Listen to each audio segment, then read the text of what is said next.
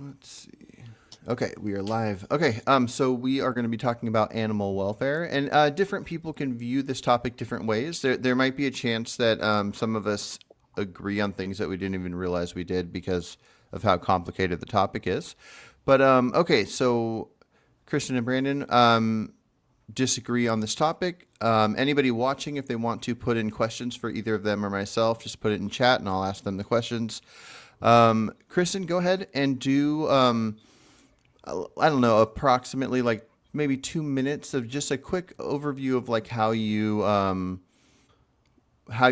feel about the topic. Obviously, we could all go on for hours and hours, but just a quick idea of why you're convinced that animal welfare is the way to go, and then Brandon is going to explain why he thinks it's not. And by the way, aside from well, let's just say for you two, I'm 99% vegan. For you two, I believe you're both vegan, correct? Correct. Brandon, Yep. vegan? Okay, cool. Um, uh, that's I think that's important for the conversation, even though I have a weird side story for I'm not completely vegan, but I'm mostly vegan for a very long time. Um, not non-vegans talking about this topic would just be kind of silly as far as talking to another vegan about it. So, anyways, I just want to make sure you're both vegan. Okay, so Kristen, go ahead. About 2 minutes of why you are pro animal welfare. Sure. So I don't really distinguish the two as different, animal rights and animal welfare. I can see why people do, but there are a lot of laws on the books right now that are pro animal welfare. We have a few senators, Cory Booker of New Jersey. Um, I forgot the gentleman, Roe, I forgot his last name, of California. And then a few others that are very pro animal rights and animal welfare. And for me, when I say animal welfare, I'm really talking about laws that are established to protect, defend, and also be upheld for the rights of animals. So that's why I bring them together. But I do see why they get separated, because we also have a number of laws on the books that are not animal welfare, and they're under animal welfare, the animal welfare topic. For example, in the agricultural industry, we have a few laws on the books. I don't have them in front of me, but some of them are pretty egregious, and they have to deal with literally streamlining animal slaughter to the point where animals are just put on this conveyor belt. And I won't go into the details yet, but it's a horrible process for anybody that knows anything about the slaughtering process of our animal life. It is beyond any nightmare. And to streamline it, to make it faster for slaughterhouses so that they can make more money, make more profit, is bad all the way around, first and foremost for the animals. And then with that, you get a lot of what goes on in slaughterhouses, which lead to food recalls, animal food recalls. So for me, animal rights and animal welfare really are synonymous, unless those animal welfare laws are antithetical to the rights of animals, if that makes sense. Yeah, definitely. All right, Brandon, why are you a vegan who is against animal welfare? And and just to point this out in advance, because a lot of people maybe are not familiar with what average vegans do or do not think. From my experience, almost all, I would say your average at very least, but probably about 90 to 95% of vegans are anti-animal welfare. So that's one reason I was very excited to have Kristen on. I don't know if Kristen has that experience from talking to vegans, but no, no, No, okay. I've never, Aw- no, That's awesome. never. Okay, and it might be a just an internet thing, like who the people that make the most videos or talk the most comments and stuff.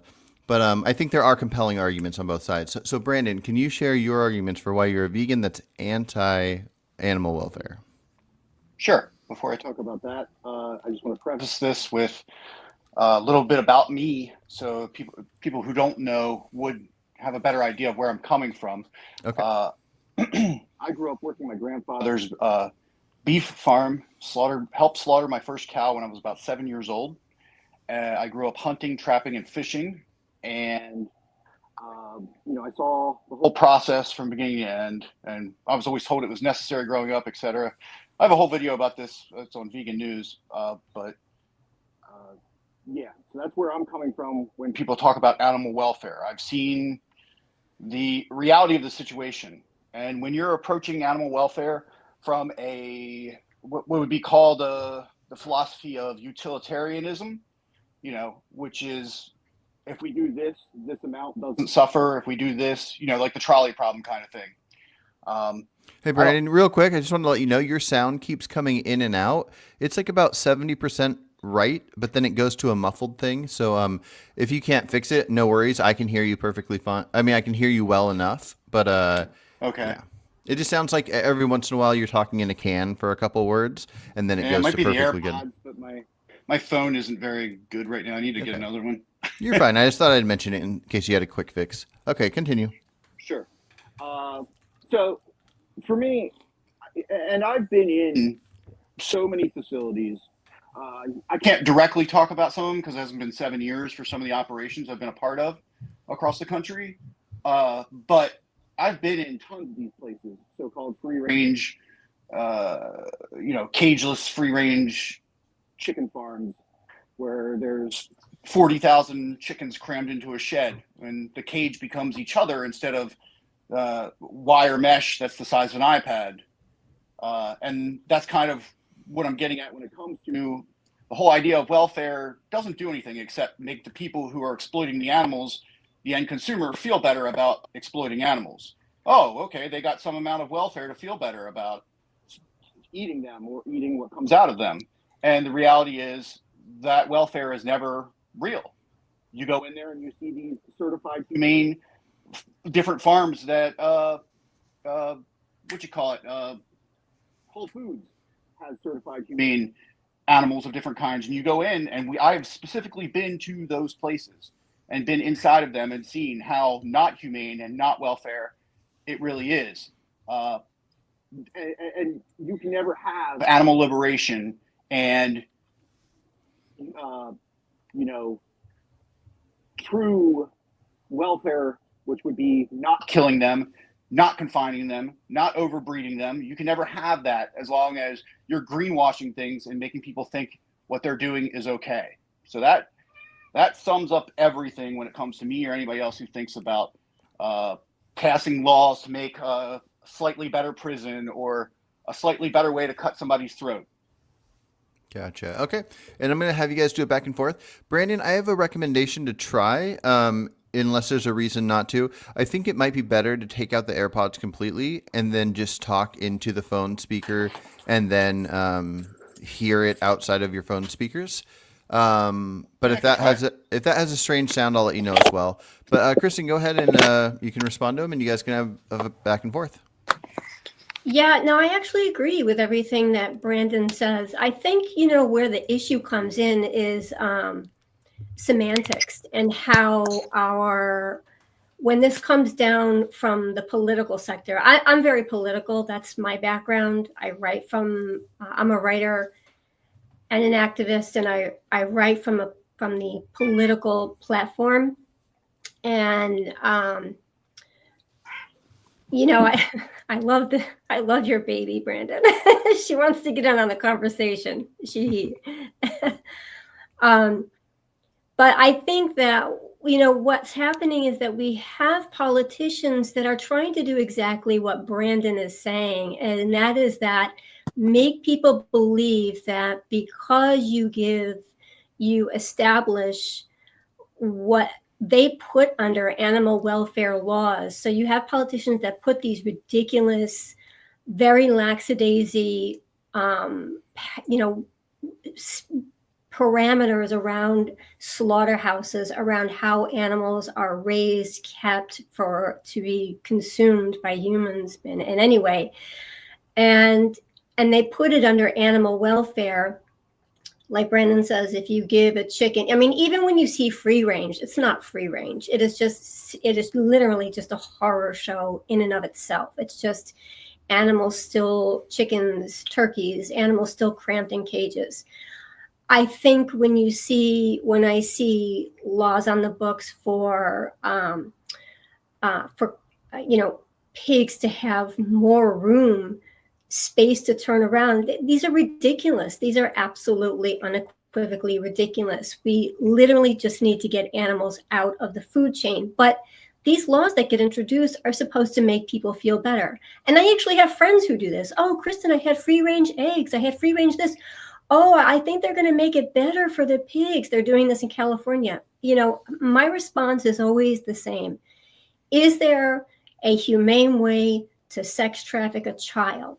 Is there a humane way to rape a woman? No, none of these things are okay.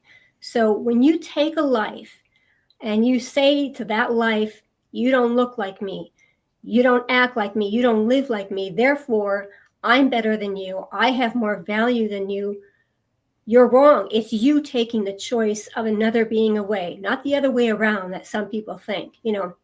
I have friends that have said that to me too. Oh, you're infringing on my right to do X, Y, and Z. I said, no.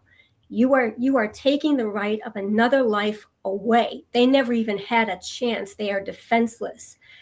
And when you look and you go really into the details of how animals, and I'm sure Brandon can speak to this, how animals are slaughtered, it's amazing how many people will say, oh, that's horrible. I can't believe it. Where are we going for dinner tonight? Steak? Okay, great. Like there's such a disconnect there that it is, for me, it's almost like a willful ignorance and a sad phenomena that just gets passed down generation to generation. I mean, I can go back historically on how we did this from one human being to another. And now people say, oh, well, we've always done this with animals. Well, just because you do something for centuries doesn't make it okay. It just means you're doing the wrong thing for centuries. There is nothing that is okay. No religion, no nothing that makes it okay to torture a life to the point of mercilessness and then to prolong its death through slaughter. That's all man-made crap. And for me, it's really difficult to have conversations, although I do like to have conversations with non-vegans because I need to know where they're coming from. Hey, Kristen, I want to know. I'm just going to pause here real quick. I like everything you just said, and I think we all agree on everything you just said. So just to figure out because it sounds like you might be switching over to the anti-welfare side, but I think that you are pro-welfare at very least in some ways. So let's get to the ones that that you and Brandon might disagree on, unless there aren't any, and then I definitely will be able to talk to both of you about ones I disagree on. But so you might agree on certain elements, but what are elements of welfare laws that are on the books that you think are good ones or hypothetical ones you think are good? Because I'm guessing, Brandon, along with many people I know, many vegans I know, if whatever you come up with, if you said that this was going to be voted on to be a law that people had to follow for animals, and we can hope that it would be followed and law enforcement would enforce it, that Brandon would say it is wrong for vegans to vote for it or to spread the news about voting for it. So just since we're all vegan, we might want to go to figuring out what you think are good laws or should be laws, aside from the overall no more harming animals. So law in terms of agricultural, just in terms of animal rights in general? I think what we just you could go either way. So any law that would have a direct effect on animals, but it might be easier to focus on a law that is about animals. So the laws that, and again, for me, I guess, and maybe this is where it can be a little convoluting. I really equate the two as equal, animal welfare and animal rights, until they go against animal rights. So for example, no, they're both exactly equal. Yeah. Right. So the laws that right now, I printed out a couple and I can send this over if you want. But so the laws on the books right now that got passed And this is, again, this is animal welfare, but doesn't go far enough for animal rights. So the bill is S Senate 1130, Assembly 4283. So that's for New York. So what this bill does is it bans the sale of dogs and cats and rabbits in pet stores. For me, this doesn't go far enough. Period. Animals are not commodities. They should not be sold. We should not be selling birds, snakes, mice, any of the anything that lives or breathes, fish.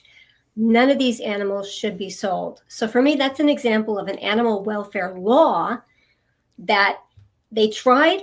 It's like they try to make these baby steps, but they're just, it's like, why are you doing that? Go further. Just ban it all. If people are going to live, they're going to be okay. So Gotcha. that's one example. Okay, Brandon, do you think? Okay, so when that was being voted on, it sounded like it didn't pass. If you were It did. in, oh, it did pass. pass. Oh, okay. Well, let's say when it was being voted on, if you lived in it's New York, right? For the state? Yeah. Okay. If you were living in New York and this was going to be an option to be voting on, would you spend, first of all, would you vote on it at all or ignore it? And also, would you spend any amount of your free time to try to convince fellow friends or be on the streets trying to get as many people as possible to vote for it? Do you think it's good or bad for vegans to think about? Well, it depends. Do you see animals as lesser or equal to people? Like as far as if Either of what? you. Oh yeah. Okay. So I see. You're trying to figure out if we should vote for it. Okay. I think of animals. Well, I wouldn't say equal, but I'd feel weird saying lesser. But yeah, I mean, typical burning building, person or a dog. I'm going to save the person. I'm going to save the dog over a fly. So yeah, there's a variant of sentience. But yes, I think no human should own animals at all. I'm anti like pet owning and all that. But no, I'm not going to answer that. I view them as equal. But basically enough for your question. I view them enough as equal for your question. Kristen? I actually think animals are above humans. Cool. I think we're the stupid species. Sure. But as far as value goes, you view them about equal or animals above? I think animals are above, way above. Okay, cool. I just, unfortunately, they don't speak. We unfortunately have controlled a language that has sadly controlled them, but I really do feel they're above humans in every way. Well, I will tell you when I say this, what I'm about to say is that 99, if not 100% of the real vegans I've met in my life that are doing real activism, that dedicate their lives to it, that live their lives around doing the best they can to make the world better for animals and people as a result as well, that most of us would see this as if a law came up to still retain human slaves, but you couldn't buy them in the store, but you could go and adopt a human slave. Would you vote for that law? Yeah, exactly. Yeah. Any good law that's going to have a benefit, can't buy them in a store, but you can still adopt them. I need a little more detail I there. assume that's what the law was made for. Why else would you make it so you can't get a whatever pet in a store? It would be to direct people towards rescues and adoptions. Well, this is the interesting part, Brandon, and this is where again animal welfare fails animals. What they said was, we're gonna ban dogs, cats, and rabbits from pet stores, but guess what? We're going to allow rescues to bring their animals into the pet store, rent space, and then have people adopt them. So again, you have just a money-making business, and you have, politicians trying to reframe selling of animals and using them as commodities. And this is a law that I really fought against.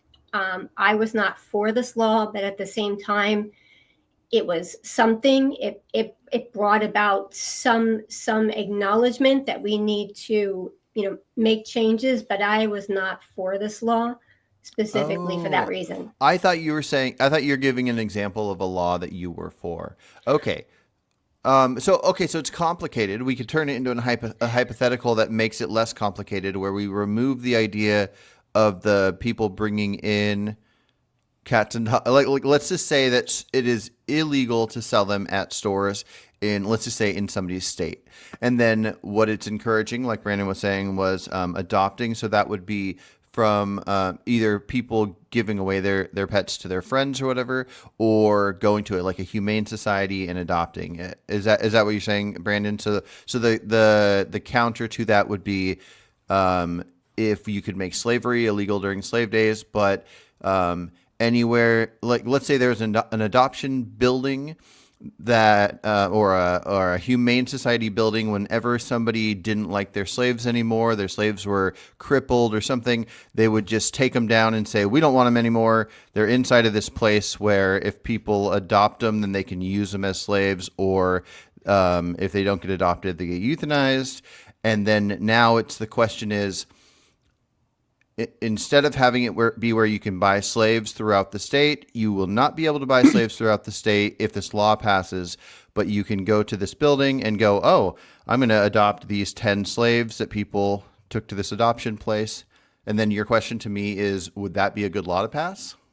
Well, let's be clear here. The reason I said the things I said was because I don't want any kind of welfare law or any kind of anything being passed that makes people think of animals as objects. I think it's fine to direct people towards rescues. I myself own a rescue. Coming up when I might be spending close to $400,000 this year on the building and getting everything renovated and stuff to open as a cat cafe and rescue. Cool. And the difference between humans and human slaves and animals would also be that animals need us. Humans, to an extent, they might not be educated as far as they could be or something. But they could function mostly without us.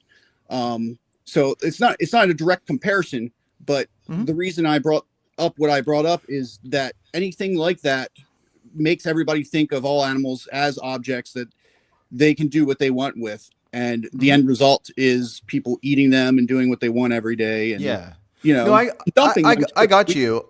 I got you. I think it's fine. I was just I wanted to make sure I understood you, because I didn't want to create a straw man. And I just want to make sure that was the question. If we were in that world where we're the three of us live in one state, and in that state, it's during slave times. And then the question is, even if you could still adopt a slave and force them to be a slave for you, would it be a good law to pass? So is that correct, though? Yeah, clearly not. Yeah. No. Not is that correct to do. Is that correct, the question? Yeah. For me. Okay. 100 fucking %. 1 billion trillion fucking %. You stop selling slaves in New York. Yes. Yes. It is very correct. And if you can still adopt them, sure, that sucks, but you could do both initially. So now slavery is going to be cut down like 95 fucking % of all slaves. Sorry, I keep cursing, but we're talking about humans here, which I value a little more than animals. And with animals, it's the same goddamn way. It's like if we could end factory farming, but we can't end hunting. Yes. Sorry. Anyway, sorry. And how could I be missing something here? Why? Why to cut down on more than half of the problem? More than animals. Oh, why do I have humans? Well, I would say at very least, when I view the things that I value my own life, and I value people that I love and care about. Like I don't get to choose. I just have a natural feeling of, if somebody was like attacking my family, I would like sacrifice my own life, but I wouldn't sacrifice my own life for a stranger or an animal probably. And so in that sense, what I value the most in life would be like my loved ones, and they're humans. Outside of that, if it was a stranger, like a stranger deer versus a stranger human, I guess I personally value the ability to protect. I think even though it's complicated, there might be good reason that humans should do certain things to prevent more suffering in nature. a part of me wants to say humans to stay completely away from nature, but if there are reasons to get involved in things, I think humans, although oftentimes are the most despicable of the species, I think we have the capability of doing good things when it comes to sentience. And so, yeah, and I guess part of it would be like if I was trapped in a building, I would want to be saved. And so if it was saving me versus a mouse, I would want to be saved. So if I'm going to save somebody, I would hope that they would do the same back to me. But again, we don't need to get into all that detail because I value sentient beings completely. So the fact that I value humans a little more and Kristen values animals a little more, I don't think that detail matters. I think we all agree that sentient beings matter. So Yeah. I don't know. Yeah. You can keep going down that line of question, Brandon. I don't mind. I just it was just a note that I had that I happen to value him a little more.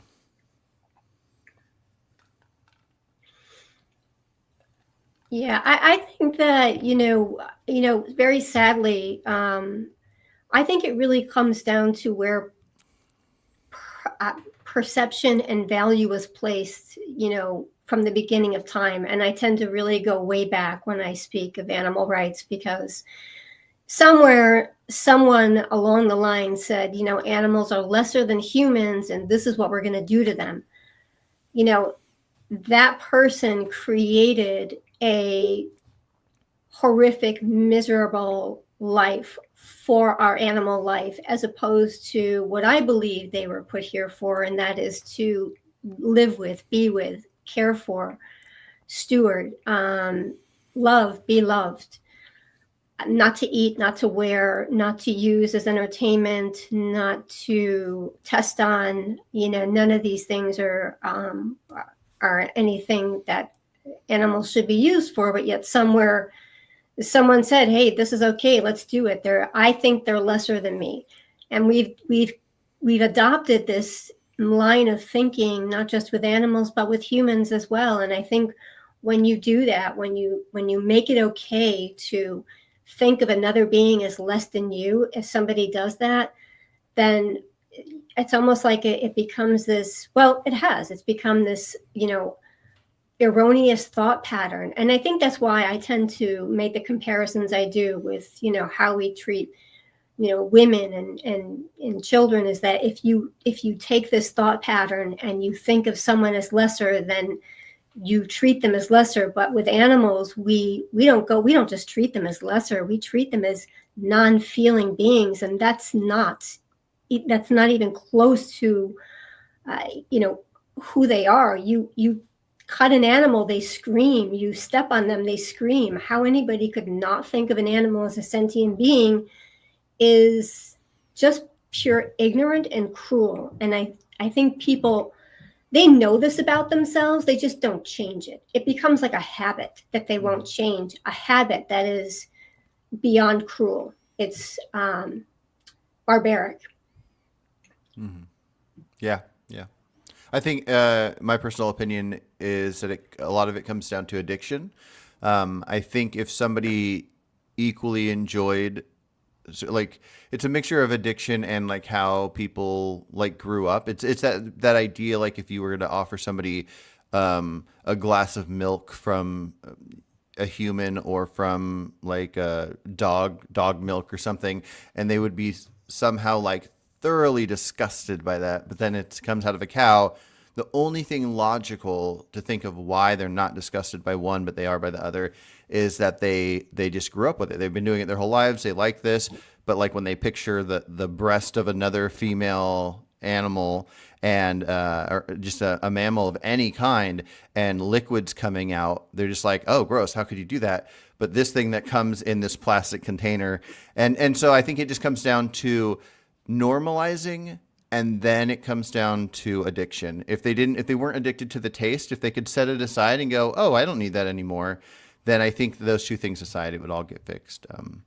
But yes, as far as the laws go, Brandon, did you have another route you wanted to go after that last thing we talked about? And then after that, I'll throw in a couple ideas for Kristen as well.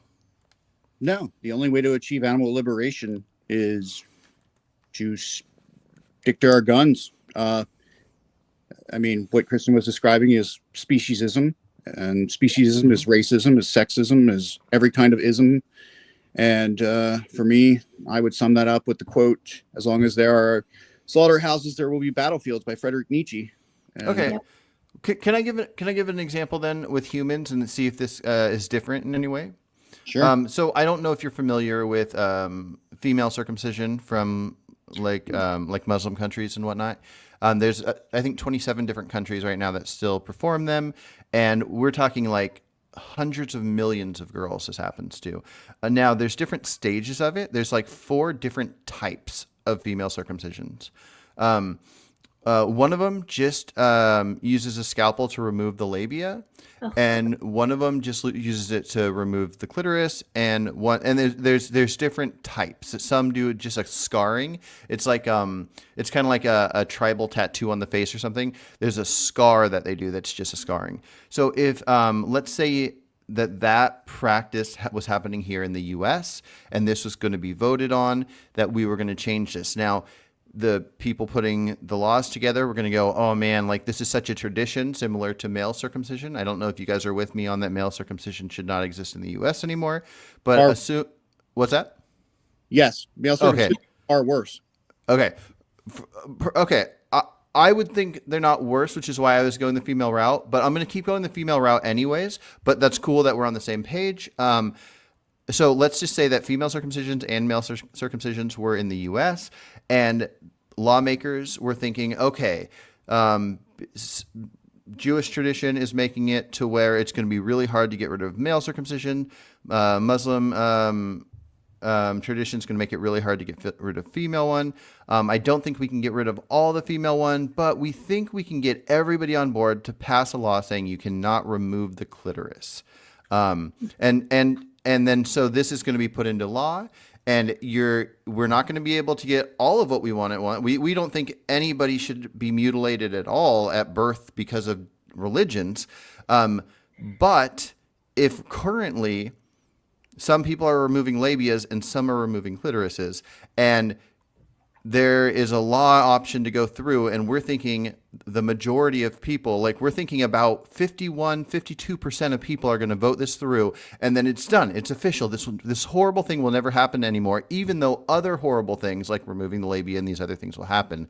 My question to you, Brandon, is when it comes to voting day or a week before voting day, are you not showing up to vote? And then also, are you not going to try to convince as many humans as possible to vote to make it so they'll stop cutting off the clitoris of baby girls? Because you would essentially, in this hypothetical, you have the power realistically, even though realistically we can't stop all factory farming right now, realistically in this hypothetical, you can basically, if you convince a couple hundred people to vote for this, you would stop this practice from happening. So my question is, would you do this?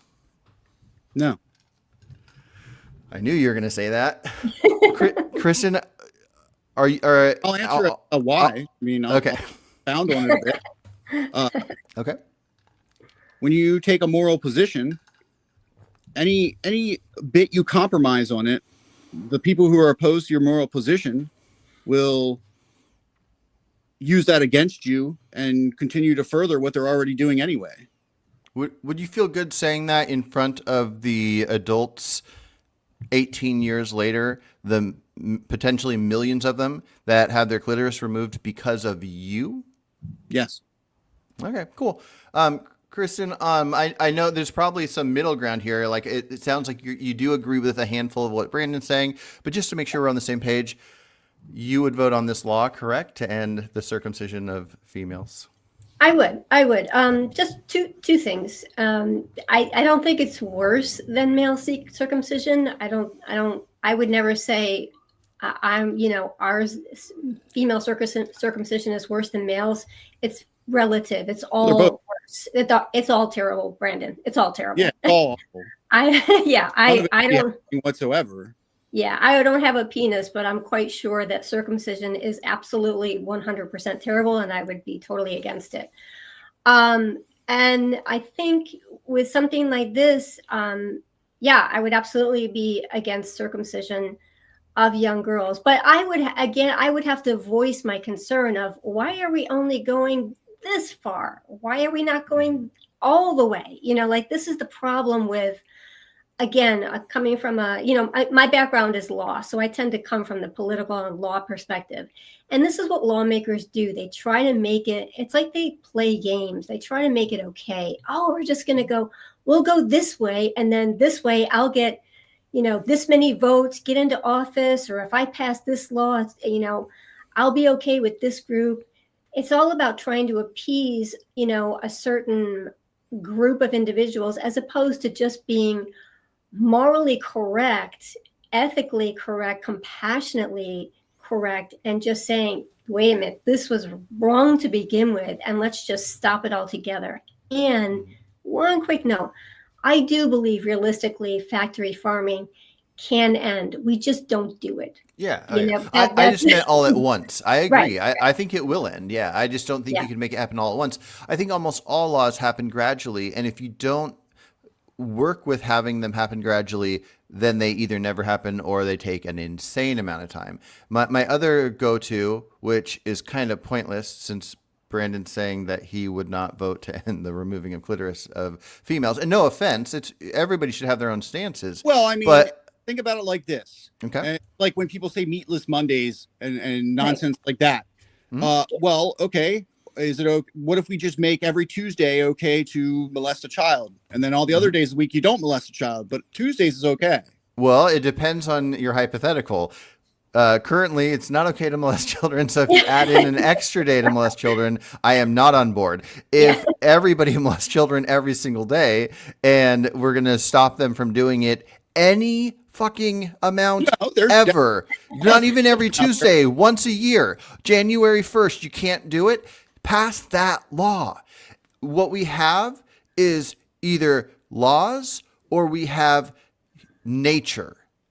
And nature, we know, leads to a lot of not good things happening. In nature, people rape people, kill all the animals, do whatever you can get away with. So in my mind, what matters the most is trying to have laws and then also hoping they're enforced. I'm not going to pretend that they'll always be enforced.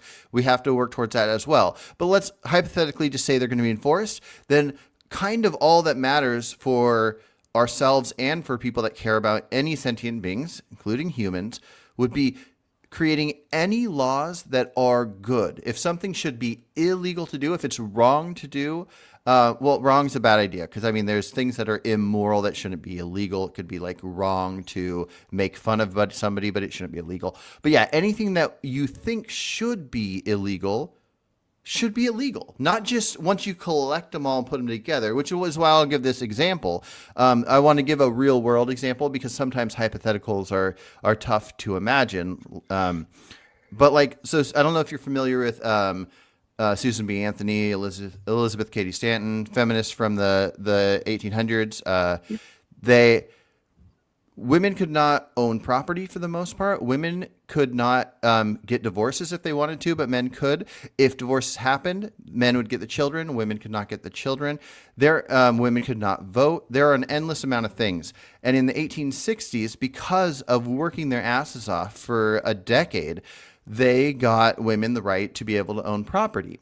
And then 2 decades later, they got women the right to be able to get divorces and have their children. And it wasn't until like 5 years after Susan B. Anthony's death that women got the right to vote. Now, if I'm understanding correctly, Brandon, you don't think they should have gotten any of those previous rights, or any of those rights actually, because there were other rights they didn't have even after the right to vote. And so you don't think any of those laws should have happened. Women should be exactly where they were in the 1850s until all were passed. Now, there are, let's set aside abortion for a second, and then let's also set aside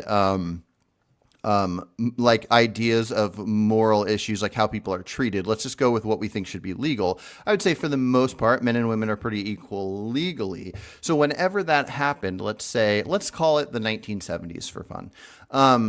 That in your mind, and correct me if I'm wrong, and this might be a different situation that you don't view similar to animals or the female circumcision thing, But if you were there in the 1960s, you would have either been staying home or having a sign out saying, don't vote for women's rights, don't listen to Susan B. Anthony. It's very important that we just give women all the rights and freedoms at once, so let's not vote for this. Is it something like that correct? No, that's Okay. probably the most incorrect comparison I could imagine. Perfect. Okay, so let's figure out what those differences are. Well, Yeah, I'll what's tell the you. difference here? The difference is there weren't trillions of women having their throats slit every day constantly while people ate them 3 times a day. Okay, so now let's go back and see, because They weren't being imprisoned. They weren't being imprisoned next to each other in horrific, literally inhumane conditions either. There's no comparison to living a life of hell and then imminent, horrible, painful death. And I want a couple extra rights that. And by the way, if you go and you look at the history, the anti-suffragettes far outnumber the suffragettes. The reason the government chose to give women the right to vote and other things was because they wanted more taxpayers.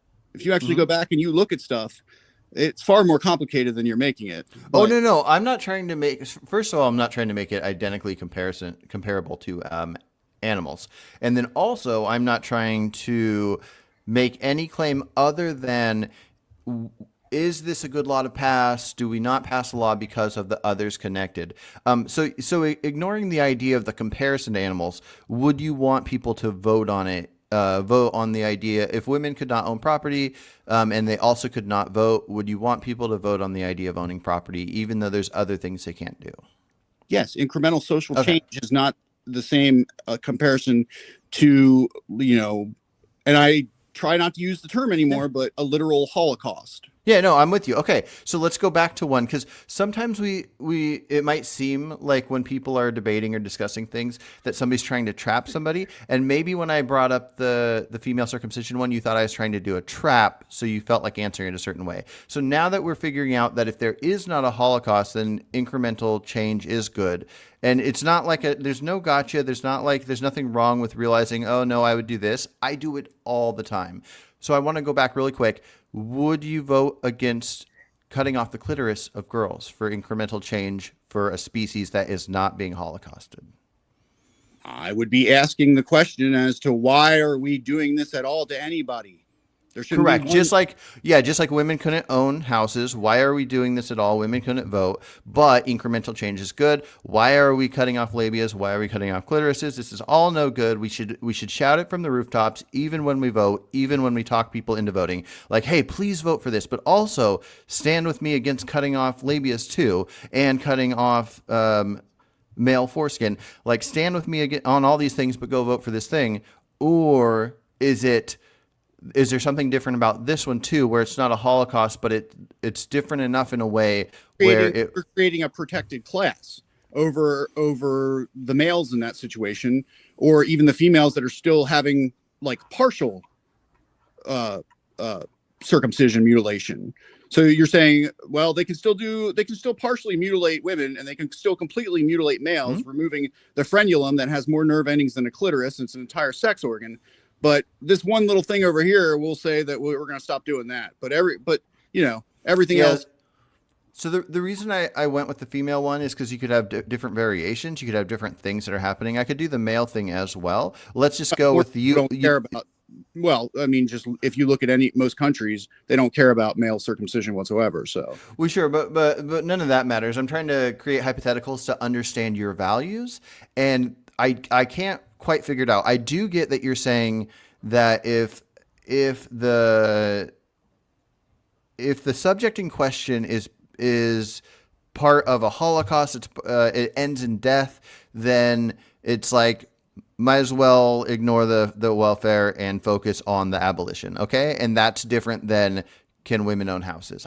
I get I get that that's different. I don't get the difference here though. And maybe is that moral positions hinge on extremes to some extent. Okay. So, I don't have the right to vote, but I also don't get drafted and go die in a war like the men. That was the anti-suffragette argument against women having the right to vote, because they were afraid that they would make women go to the front lines. And it was a huge argument at the time, especially in Congress. Yeah, so we can adjust hypotheticals. I know that we have some hypotheticals and some realistic things, but my point is I'm trying to figure out your values. And so if we were talking about the suffragette thing, we could just say, okay, women are drafted to wars even before voting. And so the voting is just, should they not be able to do this thing based on their sex? Yes or no? Should they be able to own property? Yes or no? Okay. And then you also have this clitoris removal thing and this labia removal thing. And then it's, okay, should we remove this thing? So let's say male circumcision is already passed. Woohoo, we got it. Male circumcision, that cannot happen anymore. And now in this hypothetical, you can cut off female labias, you can cut off female clitorises. And then people are deciding, okay, I think we can at least get this through. We're going to pass it to cut off the clitorises. Now, the question is, why do you not, if you, at this point with this hypothetical, with the male one already covered, why do you not vote to end that thing with the incremental change, but you do vote to end women not being able to own property, even though they still can't get divorces or own their own children? I don't know. For me, the things you're bringing up are the difference between torture and death, horrible deaths, and then societal incremental change, which I'm completely fine with and I agree with. I just don't agree with baby steps for someone's literal life. Like, a better comparison would be if we took a vote to allow the Nazis to keep some Jews during World War II as slaves and murder them in ovens, and but other ones they had to let go a certain percentage. That would be a far more better comparison to what's going on. Oh, yeah, that's fine. I was just giving an example to see where you stand on giving some rights versus, I mean, because the idea of welfare is the idea of a bad thing happening and you make less bad things happening. So that's why I was just giving the ideas. If we're on board, if you would support, it depends on the bad thing. It's sure. Okay. If the bad thing is, I don't have the right to vote and so does, that's not the same thing as the bad thing is I'm trapped flesh to flesh with somebody else with sores all over my body, dying horribly. And then at the end, if I live, I get to be hung upside down and have my throat cut. It's not the same thing. There's no comparison. I'm not saying it's the same thing. I was just giving you a question to answer. And then when you answer that, that would show me what your values are and how we adjust it. And I think I have a good idea on your values now on the questions that I've asked. But yeah, I'm not saying it's exactly a perfect comparison.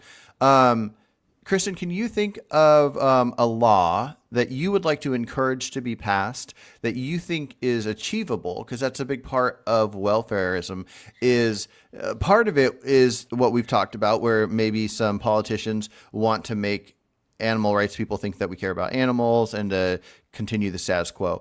But can you think of a realistic law that could be passed that you think is reasonable in the next 10 years that you would want to challenge Brandon on to see? Because he's saying that his stance depends on what the law is or whatever. So something involving animals directly that you could create that maybe would be more beneficial for animals than the making it illegal to sell cats and dogs and rabbits in stores, but it wouldn't be as extreme as ending all factory farming or anything big like that. I mean, there already are a couple of laws that are just kind of sitting around in Congress waiting to be passed. But I mean, I get what Brandon's saying, and that's my frustration too. I just don't equate the term animal welfare as a negative term. I can't, because the animals need me and others to be able to fight for them. You have to be able to really, I mean, just in general, really be able to not be, just be, how do I say this? Let me give you an example. So right now there is a law on the books. It's the Humane Cosmetics Act. It was introduced last year. This law bans animal testing for cosmetics. My argument is, why are you guys doing this? Why are you not just banning animal testing, right? That's the animal rights perspective. Just stop animal testing. We don't need it. It's archaic. It produces inaccurate results. And beyond, first and foremost, it's cruel. But I would vote for this law because at the very least, it's going to help. I mean, millions of animals, particularly beagles that are tested on for cosmetics, rabbits that are tested on for cosmetics. There's still going to be animals that are tested on for, like for the pandemic. Fauci, everybody just, gave this guy such praise. But to me, he's like the devil incarnate. He used, I don't know I'm how gonna many pause you times- real quick. The C and the number after 18, we can't say, or else it will be removed from YouTube. So go on though. Oh, okay. Sorry. Just C. the Fauci route. Oh, okay. Yeah. His name, I can't say. No. So C and then the number after 18. We can't say those things together. Or the VAC word. Oh, okay. But no, you're right. Okay, go on. Sorry. I should have mentioned that ahead of time, but I've had a video removed because of those two things being said. Yeah. Oh, okay. Anyway, when that was happening, there were animals that were being tested on for that vaccine, and that person was just revered as this wonderful person. And here I am thinking, really, seriously, these hundreds of animals died for this, and it didn't need to happen. You could have just taken a group of individuals. It's not like it's a vaccine that's going to take a life. We know that. We're smart enough to create vaccines where we know, first and foremost, they're not going to do that. So there are steps where laws are introduced, and they do only go so far. They're not far enough for me. I have to say that, but I can't not do as much as I can to help these animals. I can't vote against something that I know will help at least some in the beginning and get the word out and get it going. It's almost like if a car stalls, right? And you can get it going to the gas station. That's a good thing. You get it going to the gas station, get some gas, get your battery charged if it's an electric car. I want to be able to, have laws for animals right on the get-go. I want to end factory farming, animal testing, all these things, but you unfortunately have people in Congress, and you don't have enough people in our layman world that are fighting for the 100% total eradication of animals used for any human consumption, which we need. And that's what would propel these laws to be passed like that. But because you have so many groups out there that want animals for this, but not this, but that, it's like, it's frustrating as anything. But for me, I would have to vote for this. I don't want these animals to suffer, any more than Brandon or anyone else does. But, we are dealing with some pretty ignorant, horrible people in Congress. I think my question is, why aren't enough animal rights activists voting people in Congress that they know are going to help our animal life? I call my Congress people. What are your stance on puppy mills and pet shops? What's your stance on animal testing? What is your stance, XXX? I want to know. I want to know if I'm going to vote you in office. You said something important that I want to bring to Brandon, and then right after that, I want him to answer that question too. But I think we can find some middle ground here because everybody views this differently. So I don't know if other anti-welfare people will have the middle ground here.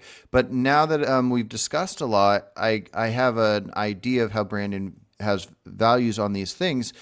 Brandon, would you think that since the animal testing is just harmful but not murderous, that you would want to vote on that incremental change and end animal testing for makeup testing and view that differently than the idea of like if you give chickens bigger cages, that's not going to change the fact that you're killing them.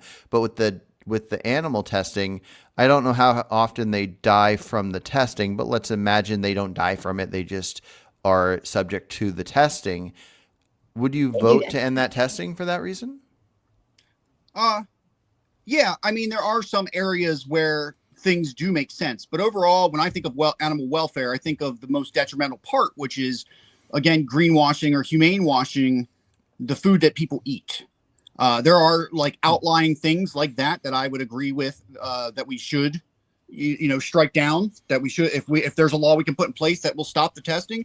But the reality is, the testing is not going to stop until the FDA is basically dismantled. I mean, they've been doing this testing that is, and people will be like, Impossible Foods, their burger isn't vegan because they tested such and such a thing. Well, they were made to, because of FDA regulations.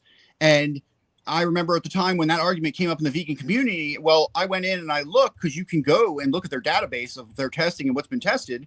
Nutritional yeast gets tested like every 10 years. Is tested under FDA regulations. So are bananas and grapes and everything. They have a constant thing like that. So it's more than just one law that needs to be passed. And yeah, no, you're making excellent points, but I am just curious. So on the one that she brought up, just on the idea of a law to end animal testing on cosmetics only, and then hopefully we can end all the other ones later and all the factory stuff. But because it's not based on the food we eat, two questions. Would you vote for this? And would you spend any amount of time convincing others to vote for it?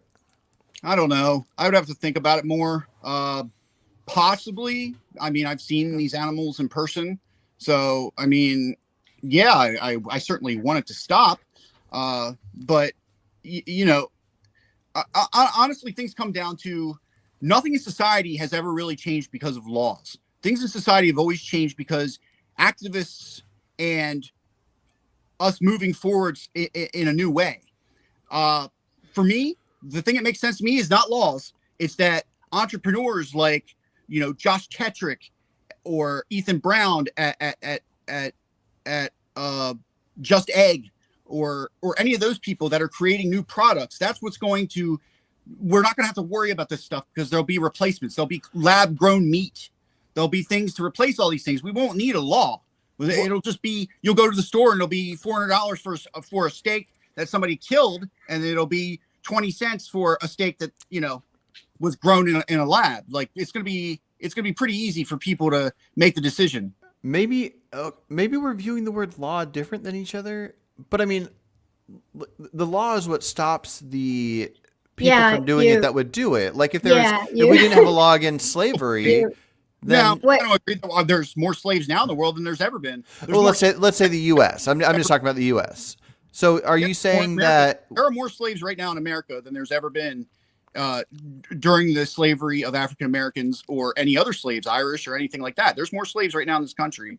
I don't think, I'd have to disagree. I think the only slaves in America are the animals in slaughterhouses and testing facilities. I think the animals are the unfortunate slaves. But I think he might be talking about like sex trafficking or something. Yes. Well, I'm discussing multiple things here. But do you think it would be good just to not have it be like, okay, so right now there's a law against owning black people as slaves. Are you saying that it would be fine to not have that law exist or any other laws exist and then do different approaches to end that atrocity? The 13th Amendment allows for-profit prisons to have human slaves, and they mostly are black. Yep. And so that alone is more than the slaves that we had, back before the Civil War. Yeah, but that's fine. I'm saying, do you care that there is a law preventing me from going out and buying a slave right now? Sure, but it really doesn't mean anything. So why do you care then? Because it still exists. Most people are still doing it. It doesn't. No. Why do you care if I can legally do it? No, you're not held back by the law. You're not like, oh, well, I would own somebody if I could, but the law says I can't. You're telling me you don't kill people is because you're held back by the law? No. So I wouldn't. That just happens to be how my brain works. Some people would. If there was a law, if it was saying that you can own slaves, and then are you saying that nobody would go purchase a slave? No, I'm not saying that at all. I'm saying that the things that change things are the moral implications, like spreading through society. Social change is what changes things. And in the case of veganism, some of that's going to be meat being grown in cultivated labs, and even the plant-based alternatives we have now, where it's not because the law would be passed, because there's even if the law was passed tomorrow that all meat, all animals, you couldn't kill them, you couldn't do anything, there would still be a large black market of people purchasing. No, that's my point. Thank you. That's it. So in response to you is what you said. Yeah, laws really mean nothing. No, laws mean a lot because the black market would still exist. Therefore, that's pointing out that if the law wasn't there, there would be not only the black market people doing it legally, but then there would be all the people that want to do the black market version but are too scared to. Yeah, sure, but overall, generally, it really what I'm saying is, because we tell people not to kill a cow, it doesn't mean anything until that becomes part of our culture, part of us socially and morally. Most people aren't thinking like, oh man, I wish I could kill that guy. Like those are crazy people. Sure, I agree. Right. Well, they have that because they grew up with that moral foundation. If we didn't have those things, I'm with you on the masses.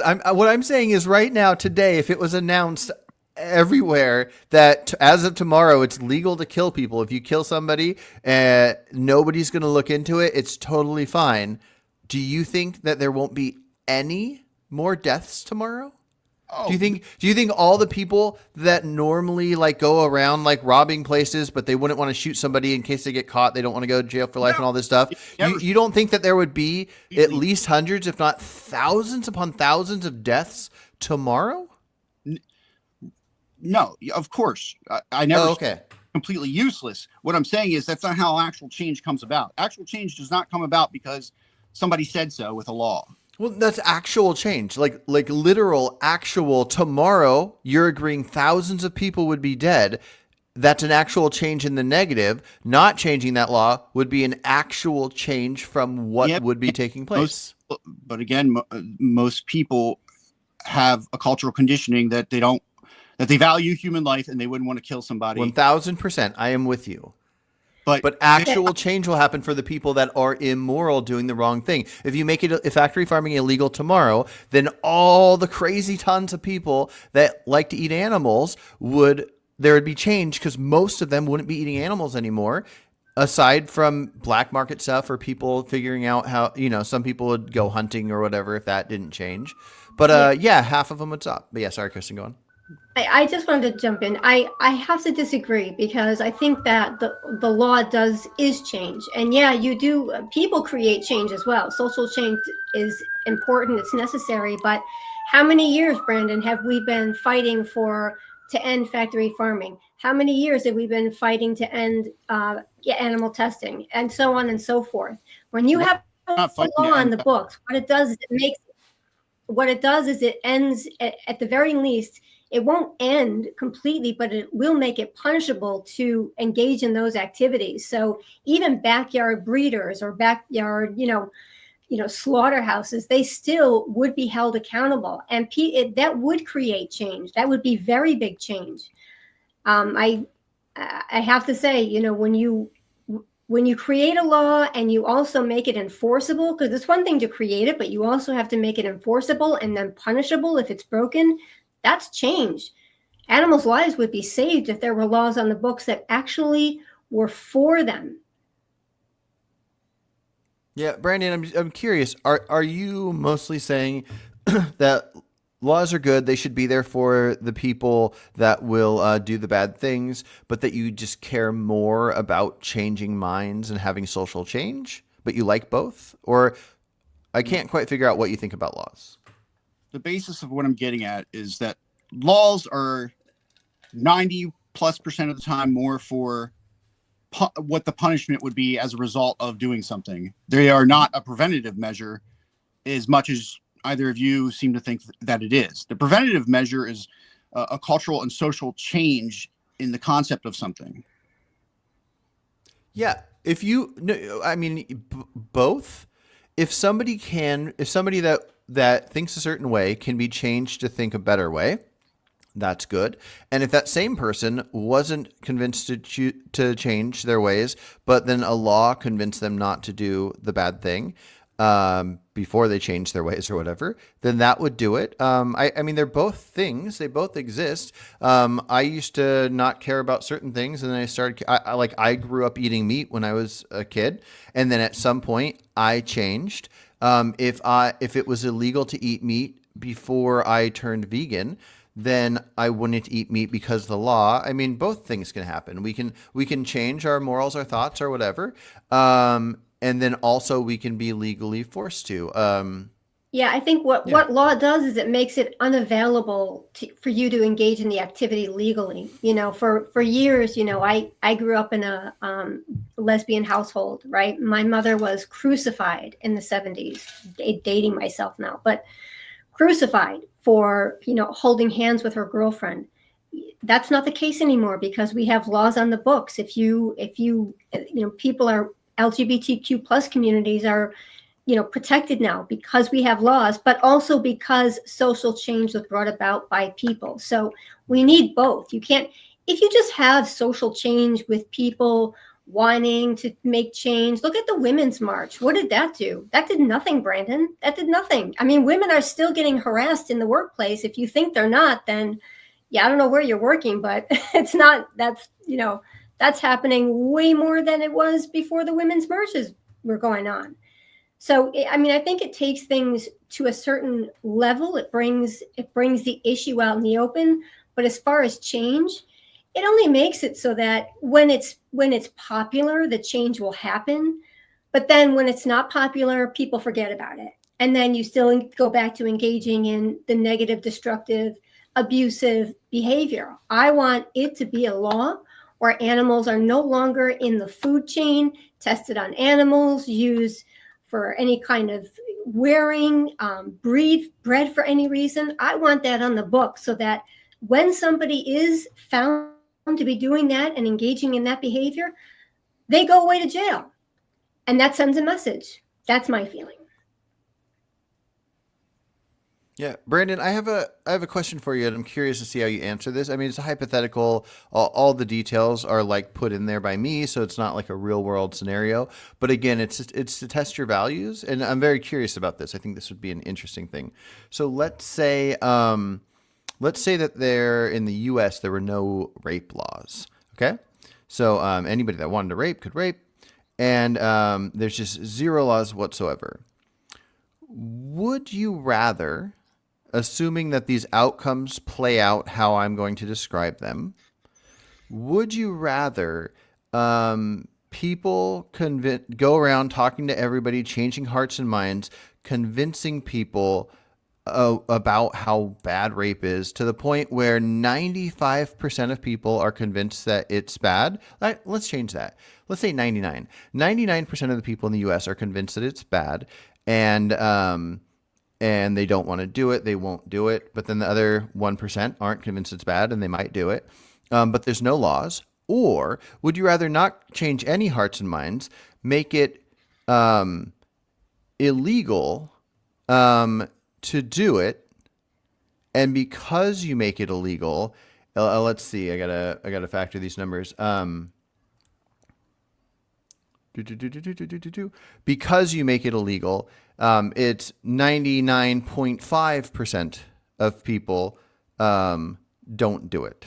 So these percentages throw things off a bit, but basically what I'm saying is, would you rather more people have the outcome of being raped while they're being 99% of people, their hearts and minds are changed, while in this other one with the legal thing, let's say that the hearts and minds are only changed of 50 people. So 50% of the U.S. would think rape's fine, but because of the laws, only only 500,000 are raped every year versus 1 million raped every year.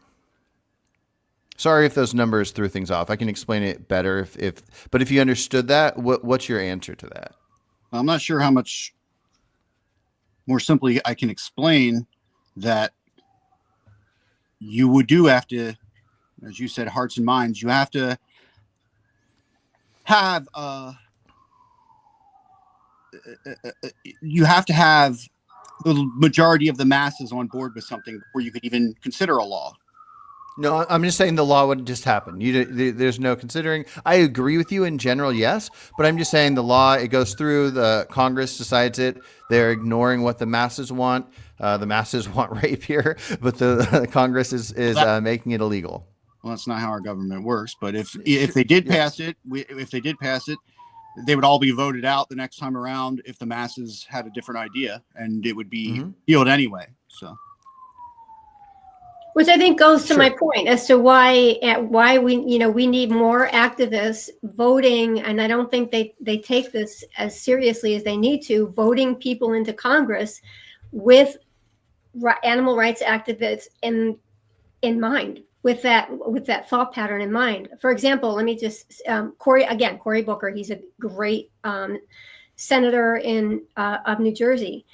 You know, my hat goes off to the guy because he's in Congress. He's a huge animal rights activist, but he can only go so far because he's probably one out of maybe 3 or 4 in Congress that really are for animal rights.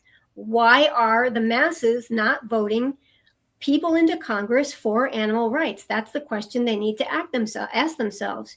Mm-hmm. If you want these protections to happen, vote them in. And they will start to happen. And the way to do that is by what Brandon was saying. You get the masses to make phone calls. Hey, what is your stance on this, this, and this?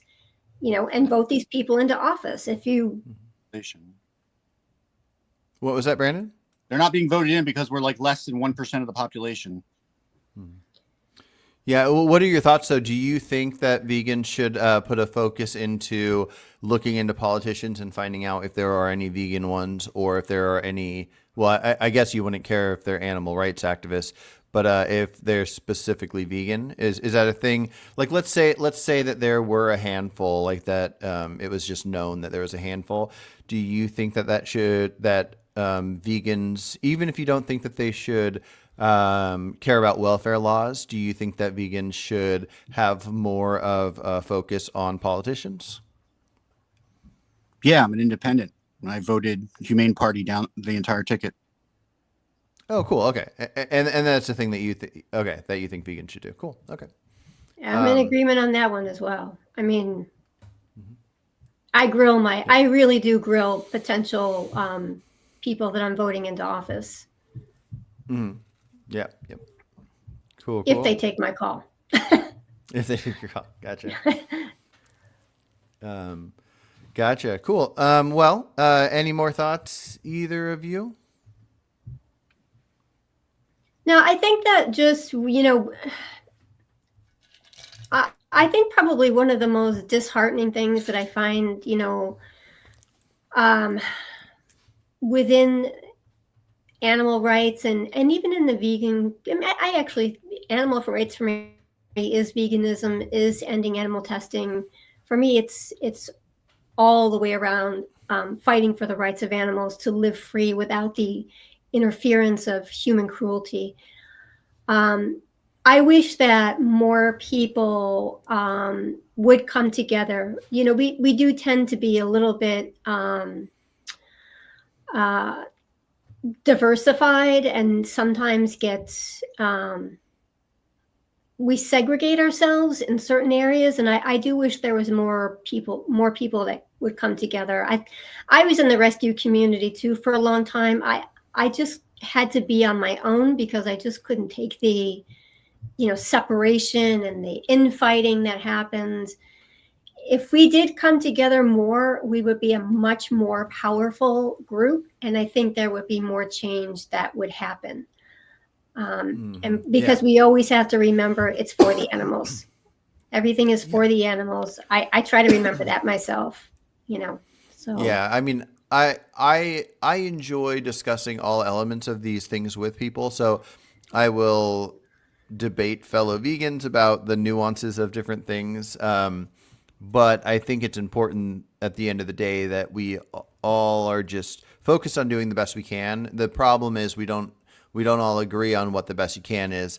If half the vegans out there at voting age think it's wrong to vote for animal welfare stuff. I guess we can't all group together in that sense. But I wish there would be less in-group fighting, while also having in-group debates and discussions, but less of the stuff that make non-vegans go like, yikes, those guys don't even like each other. Yeah, Well, well, it's politics. it's politics. Yeah. It's ego too. I mean, like Brandon, like we may disagree on certain things, but man, I'm grateful that you have a rescue because you have you're doing what I'm unable to do. Like I just, for personal reasons, I won't say, but I can't have a rescue. I'm unable to do that, but you do. And so I'm always thankful for rescues like yourself, for my friends that rescue. But I have friends that rescue. They're not vegans. They're not animal rights activists, but they're rescues. There are rescues for cats and dogs. And I wish they would do more, but they don't. But I try to be for just be for each other. I really try to be for all of us that do whatever we can for animals. You might not vote on a certain law. I'll vote on it. That's okay. Whatever we can do to help our animal life, whatever it is, it's a good thing. I really firmly believe that. It's always a good thing when we're always thinking about the animals and doing whatever we can do individually or collectively for the animal world. Mm-hmm. For Definitely. me. So just to say real quick, if Brandon has a little more time, I was going to challenge him a little more on some of the law stuff, but we did cross over the hour mark. So I just wanted to, Kristen, if you want to keep talking, then that's great. And if you had to get going, I just didn't want to hold you up because it was going to be separate from the welfare type talk. I was just going to, I just didn't want to feed a fed horse or anything, but I wanted to just break down a few more of his law ideas. So. Sure. I mean, if you want me to, that's fine. To stay on. That's yeah. No. Yeah. Either way, I just didn't want you to think like, oh, I need to get out of here. Brandon, are you cool with talking a little bit more about the law thing? As long as we're not going in circles. Oh yeah, no, I didn't want to go in circles. I just wanted. I could imagine us having a future talk and breaking down ideas further. I do that a lot, where I'll talk with somebody and then after that talk, I'll think things over, write down ideas, and then we'll come back together and talk and, challenge each other's ideas and whatnot. And I just wanted to make sure I understood where you were at on an element. With the law thing, can you just give me a definitive of, do you think it is good to have laws, even if you don't think it's the most important part? Yeah, like I already said, laws are not in place generally as a preventative measure. They're in place as a way to know what punishments should be doled out for what things you do. Okay. Now I disagree, which is fine. I think the most important part of a law is it being a deterrent. And then I also think the next most important part of a law is prevention. So if somebody kills somebody, I don't believe in the death penalty, but I think that person should be prevented from being amongst society. So it prevents people from being able to do things because they're housed in prison. And then, but the deterrent's the main thing. And then there's all kinds of complications with the idea of rehabilitation and whatnot. But either way, what we think that the laws are for, I guess, don't matter as long as we agree on the final thing of the laws being important. Because I thought I thought maybe you had said that, but I wasn't sure because we were talking about the whole slave thing and how it wouldn't matter if it was legal to own slaves. So in general, even though you might disagree with a lot of laws that there are, you do think that they are important. Yeah, of course. Okay, cool. That was the main hang up. I was thinking we could figure out how to get you to say, of course, where I didn't know that you were already feeling that way. Cool. And then, okay. I was trying to think of, there was one other element that you had brought up, and it was about, okay. You were saying that it would be good to have single issue things to fight for as long as it's not animals that are dying. Or maybe it was just with food. And so single issue, you would potentially fight to end cosmetic testing on animals. But you wouldn't want to fight for individual like welfare things within the animals we eat. But what if it was something like fur? If the U.S. had a good like 50% chance that they could end all fur selling, using of any kind, and this law is going to be voted on, and so we're talking about animals that are dying. But it's not an individual thing. The animal, either if it's an animal that would die for something else, it would die for that thing, but we're actually preventing the deaths. So anyways, yeah. Would you vote for it, and would you fight for a single issue ending of fur use in the U.S.? It's already pretty much been done. It's illegal. Many states it's illegal to sell it now. A couple years ago, California was the first. Others have fallen in line, but that came about because socially activists made it intolerable to wear, throwing paint on them and creating problems since the 70s. For 40 years, it took 40 years of people making others socially aware of how terrible it was through investigations and attacks. We really don't. You agree with that? But yeah, sure. Okay. Put a law in place, I guess, but it's pretty much already gone anyway. Nobody really uses it anymore. I mean, more of an issue would be things like leather. Okay, but you would vote on. Okay, how about leather then? Yeah, sure. But again, I mean, laws are still not a preventative, and there would still be holes in it and stuff. But we're not at a point where that hypothetical could happen. Oh yeah, no, I'm just talking about your own actions. Like, so a lot of people when they go on the street or when they do like YouTube channels or talking on social media. If we built things up to a point where the world was basically vegan and stuff, yeah, of course we would need. No. That's what I'm trying to figure out. Not if the world was vegan.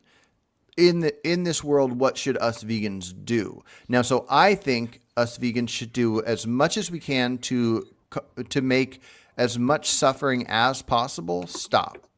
And so I would say that like if there's something like we could pass a law to end leather, that maybe that would be worth vegans being on the street, and instead of talking about abolition and trying to turn people into vegans, spending some days on the street with pamphlets and sitting down and talking with people, or making videos of, or writing books, writing articles, whatever, about like, oh, we're so close, we can end leather, let's do this? Or is that a waste of time because all vegans, the best you can do is abolition at all times? So is leather a good side topic that you can spend some time on? No, not at all. No. I mean, okay. And leather so wouldn't end until we stop killing the animals that are used for food and dairy and stuff like that. I mean, that's okay. So I think I misunderstood you then. And so fur is not as well. Fur is not as well what? Something that somebody should spend any time trying to get people to. So the law that's passed right now. We should still be out there doing activism and stuff. To me, and part of the reason that I was so heavily involved with direct action was because to me the greatest thing you can do is go in and get footage in the actual places of these things happening, and then if you can save at least one animal to be a living example of what they've gone through, that's the most powerful thing activists can do. There's other stuff you can do, but that's the most powerful thing you can possibly do. Save an animal. So the animal's an example, you said? Yeah, that's basically what sanctuaries are, where you can go, and if you don't know any better, especially, you can go there and meet animals that have come from those situations, and you can see what's been done to them. They have scars on them. Some of them are a little apprehensive with people, unless they know them. Do you think many non-vegans go to sanctuaries? Oh yeah, for sure. Interesting. My best friend, she went vegan in 1998.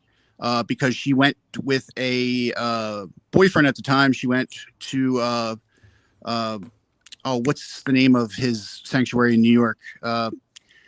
the big one in New York. I can't recall it off the top of my head right now, but I think Kristen's in New York. What's that? Woodstock Farm Sanctuary? Farm no, it's not Sanctuary? no, not Woodstock. Gene Bowers sanctuary. I forget what it's called. Farm Sanctuary. Farm Yeah. Sanctuary. Yeah, the one in Catskill, New York. She went there in 1998, and it was like the only sanctuary that existed, to my knowledge, at that time. And Do you think, considering that the sanctuaries that already exist and the animals that are in them, and the ones that are, there's animals that are saved in various different ways, do you think it's still worth the downside of stealing an animal? Were you talking about stealing or getting one in a legal way? What do you mean by stealing? You mean removing them from the farm? Correct. Like I think there's way more downside in stealing an animal from a farm than there would be the upside of having an extra one in a sanctuary. Do you think that it outweighs it?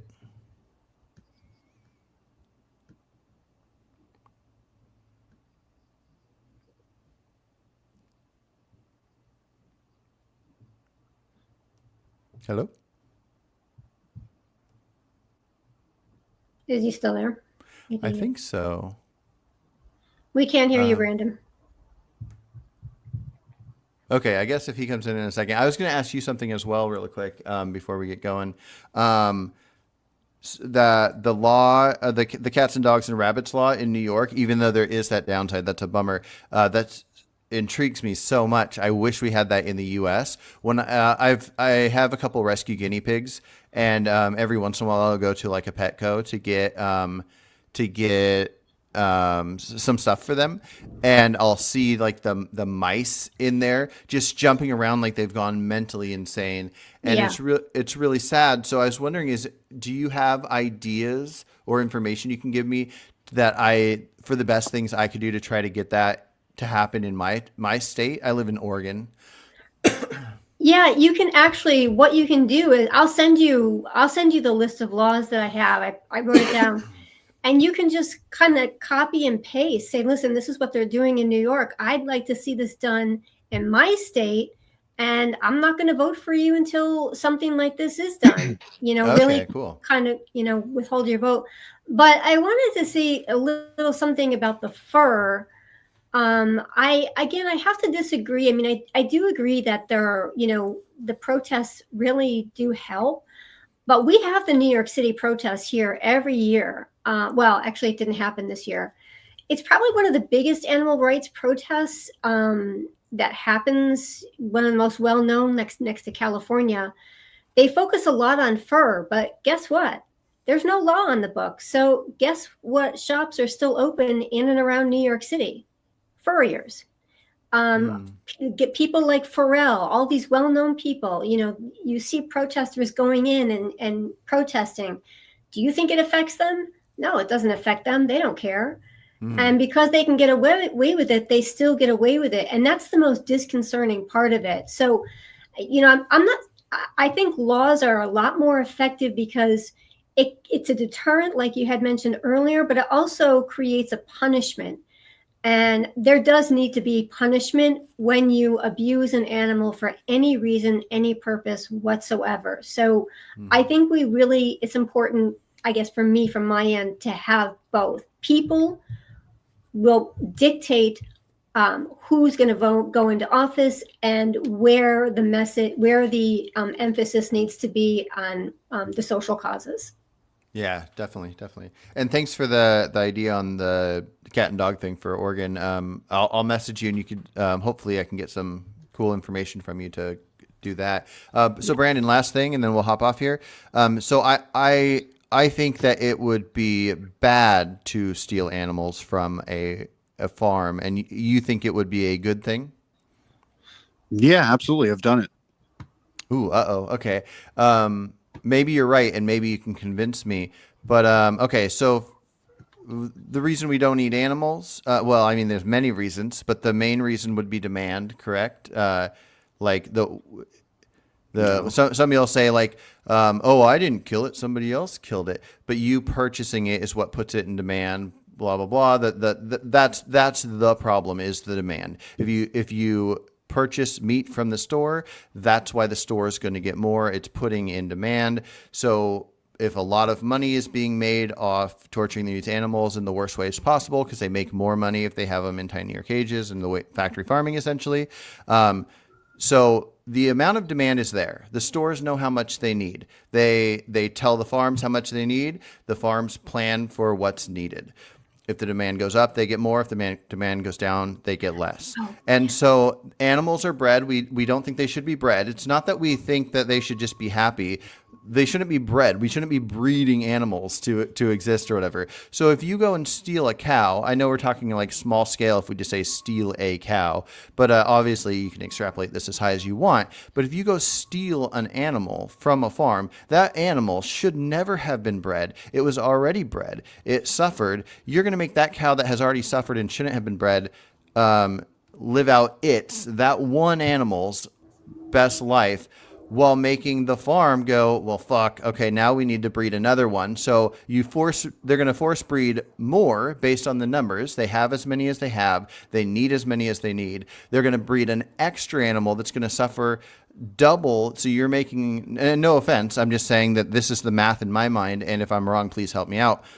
That you're going to have two animals instead of one animal, intentionally creating another animal to suffer and then be executed to make the same demand covered. And this might be an issue with me and supply and demand and economics that maybe I don't know, but this seems to play out pretty perfectly. So for every animal, obviously if one person ever did this in history, it's not going to be a big deal. But for every time this is done, especially once you get to 100 or 1,000, and I'm guessing maybe in the tens of thousands, some vegans think that this is a good approach to do. All that's doing is if you do it 10,000 times, you are force breeding 10,000 animals into existence. I don't necessarily care about the breaking the law part. I medium do, but it's really, I just can't see a benefit for animals unless it makes the farm close down. And then that just makes a different farm that is capable of staying in business double up their production. So anyways, am I wrong in there somewhere? Yeah. Okay. Well, let's start with the first thing that you're wrong about. The first thing you're wrong about is that a plant-based diet is not what veganism is. Veganism is a moral, and it's a moral position we take against harming animals, and a plant-based diet is just part of that. We don't do it because of the demand. We do it because of the moral position we take. Now, the end result is the same of what you're talking about.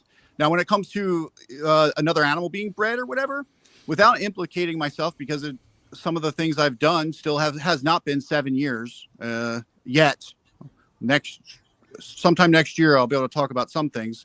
But as of right now, there's none of the things I could talk about in farms that have happened back in 2018 or 2017. What I will say is the animals that I know that people have taken were near death, or were very close to dying, like most of them are in that situation. Mm-hmm. Now, if you look at the, let's say some of the piglets that were taken by DXE during that time, they were very sick, very ill. It was, nobody knew if they were going to live or not. And they were taken to sanctuaries, and thankfully they all lived, but they wouldn't have lived in the conditions that they were removed from. And that's true of a large amount of the animals there. The animals they're breeding, I'd say probably 40 to 60% of them are definitely dying. The conditions are beyond horrid. You walk in, let's say someone I know walked into a pig farm in Utah sometime, and they had to wear a respirator, and they walked in, and the air was so acrid with 20,000 pigs in this shed that you could still smell the ammonia that burned your eyes through the respirator. And you look down, and these piglets are dead and dying everywhere, all over the place, while these mothers are in farrowing crates and bleeding with sores all over their bodies. Yeah. Now, well, Brandon, I'm going to pause you real quick. Taking one or two of these animals to try and save them as an act of kindness is not making any difference in the animals they're breeding, because they're overbreeding them, and they're smashing them against the cement and then throwing them in a dumpster half alive, having seizures. There's to try and put it on activists like they're causing more of a problem is absurd. And that means you have not seen the reality. Yeah, I think it is a mixture of incomplete phrasing versus my stance being taken somewhat wrong, but I put it on myself. So I would just rephrase what I'm trying to say here. Yes, if an animal that saving it is not going to cause more to be bred, I have no problem with. Now the question of should it be just euthanized or brought back to health. Either way, does the thing that I'm getting at would just be the idea of if an animal that is stolen makes them breed more. So if in the cases where a piglet's like smashed against a wall and then thrown into a dumpster and they were trying to kill it but not use it and it didn't die and you save it, yeah, that's not what I'm talking about. I'm just talking about the idea of stealing animals. So if you're just talking about stealing animals that won't affect supply and demand, then I'm with you. Is there any more? Like, do you think there is a good side to stealing animals that will affect supply and demand? No, it doesn't affect supply and demand at all because they're overbreeding the animals. When they So I'm talking about the ones that would. Oh, you're saying none would. You're saying if you steal a perfectly healthy animal, that wouldn't even matter either, because they are literally overbreeding these animals, and when it comes time for them to kill them, to take in, to harvest, which is a horrible word because it's not a plant, but that's what they consider it. There's plenty. They'll be like, oh, we've got enough. Kill all the rest and throw them away. So why are they overbreeding? I know the answer, but just to make sure they meet their quotas. Exactly. When you turn a living being into a product, that's what they become. A factory might overmake stuff and they'll throw away what they don't need, and it's the same thing. And how are they meeting their product? One of the ways they're meeting their product is because Congress funds farmers that are slaughterhouses. Congress, if you actually look at the farm agricultural bill, and these are important, if you look at them, they will not fund fruit and vegetable. Fruit and vegetable are considered specialty farms. Slaughterhouses, slaughterhouses are considered farms, and that's where all this money is going. So you're literally, that's why I say this, it's just so important to look at also the big picture, because we're literally, as a society, our diets are being dictated to. Even if you choose veganism, I live in the New York City area. It's easy for me. It's everywhere.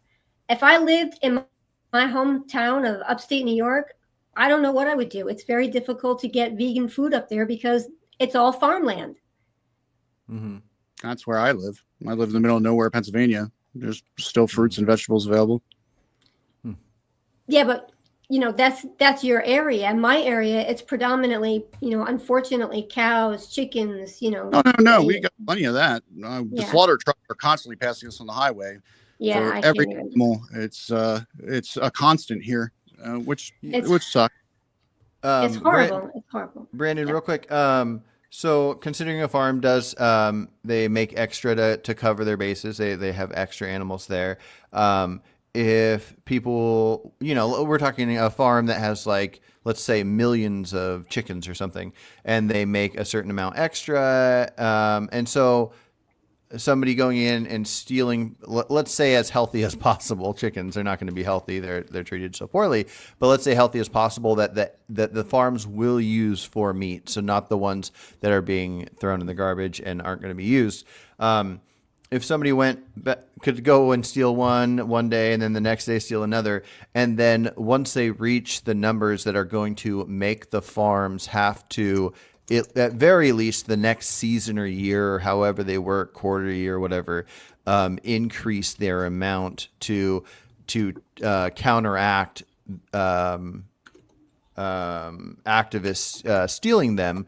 Would you say in that case they should not be stolen, or do you think there is something about the stealing it that is beneficial enough to outweigh the forced breeding that's causing? Well, like I already said, they overproduce what they need and kill healthy individuals anyway. Yeah, I'm saying once they you have another hypothetical, and that's not the case. But even in your hypothetical, yes, there's still a lot to be gained from showing people what's happening to these animals and how horribly they've been treated and how they come out debeaked and missing all their feathers and their tails cut off and I mean, you could just go through a litany of things and name all the horrible things that happen, and you can show the environment in which they lived as well. Yeah. Yeah. No, I even- think that even- no, I even do if- think that's a good point. Don't get me wrong. I'm just trying to challenge your ideas but because even I if think it- challenging is how we figure out our values. Sure, but even if there was a net gain in suffering, the trade-off for creating less suffering by reaching people by showing that suffering is far greater than the little bit we had to give up. Oh, fair enough. That might be the case. Yeah, cool. Yeah. Awesome. Okay. Well, I enjoyed that. I enjoyed talking to both of you. You probably a good time to go. We went a little over. Good yeah, conversation. Yeah, Good yeah, and I'd love to conversation. have you guys come back. We can talk about various other topics as well and mix and match with different people talking. But yeah, I hope you guys have a good day. Thank you, sounds- Carson. Thanks, Brandon. I appreciate it. All right, thanks. Yep. Take care, guys. Bye, guys. Bye.